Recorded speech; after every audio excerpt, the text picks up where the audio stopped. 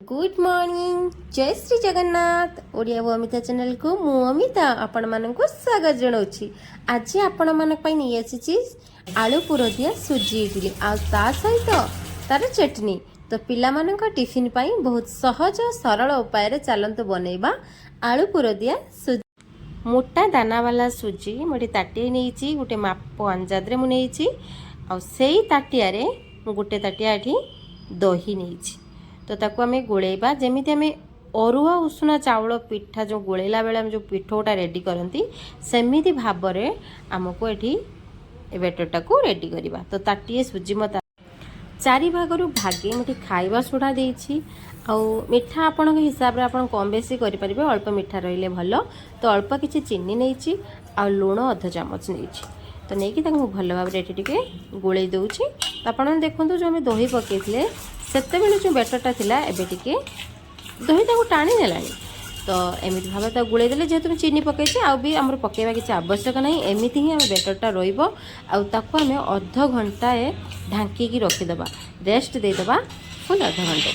तो आम एबे पूरा रेडी करवा। तो 3टी आलू को मुझे चकुटी दउची कढ़ारे किसी रिफाइन तेल देइची तादरे जीरा दिटा पकेदेली काटिकी रखिथिबा पियाज ऐड करदेली गोटे बड़ साइज रो दिटा पियाज काटी आ स्वाद पियाज एबे हमर हेई आसलानी बेसी पुटपुट होबा किसी आवश्यक नहीं। आलू पकई दबा टिके हळदी गुंड आ अल्प लंका गुंड जेहेतु पिला मानक पई मेटा बनौथली तो भाबिली आपण माने तो शेयर कर देबी आ पिला माने बेसी राग भी खाउ नाहंती तो टिके आखी को भलो देखा जिबा पई हळदी लंका गुंड टिके पकई देली सुखला लंका मेथरे ऐड करिनी।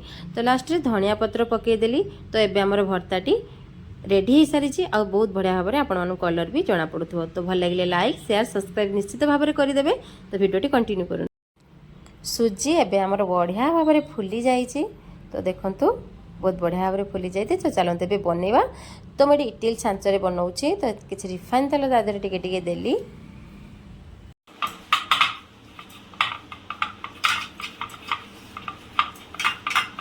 ओके।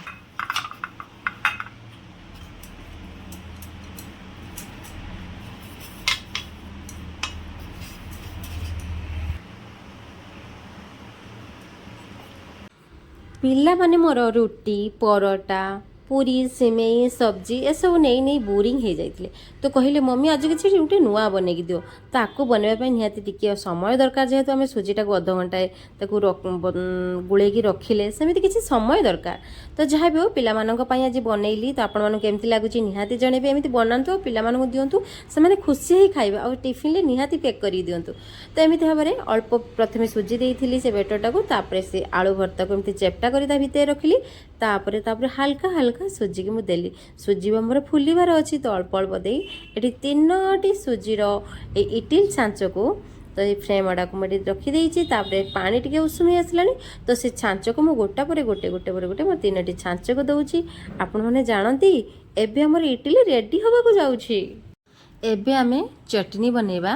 तो ये धनिया पत्र को बाछिकी धोईकी रखी ता देहरे 3टी कंचा लंका देइछि अल्प राग जमिति हबो। तापर रसुण ये 15-16 फांकुड़ा हम रसुण मुझे अदा टिके आ पुदीना पत्र आ लुण अल्प टिके भी चीनी ता देहरे देबा जेहेतु आमे ता देहरे दही दबा। तो ग्राइंडर जार दही देई आमे पानी बिल्कुल भी ता देहरे ऐड करबानी जेहेतु दही आमर पानी भलिया हेइ जिवो आ मिक्स हेइ जिवो पूरापूरी आमरे धनिया पत्र चटनीटा रेडी हो। तो चलतु एबे हमर धनिया चटनी जो पुदीना धनिया पत्र चटनी रेडी।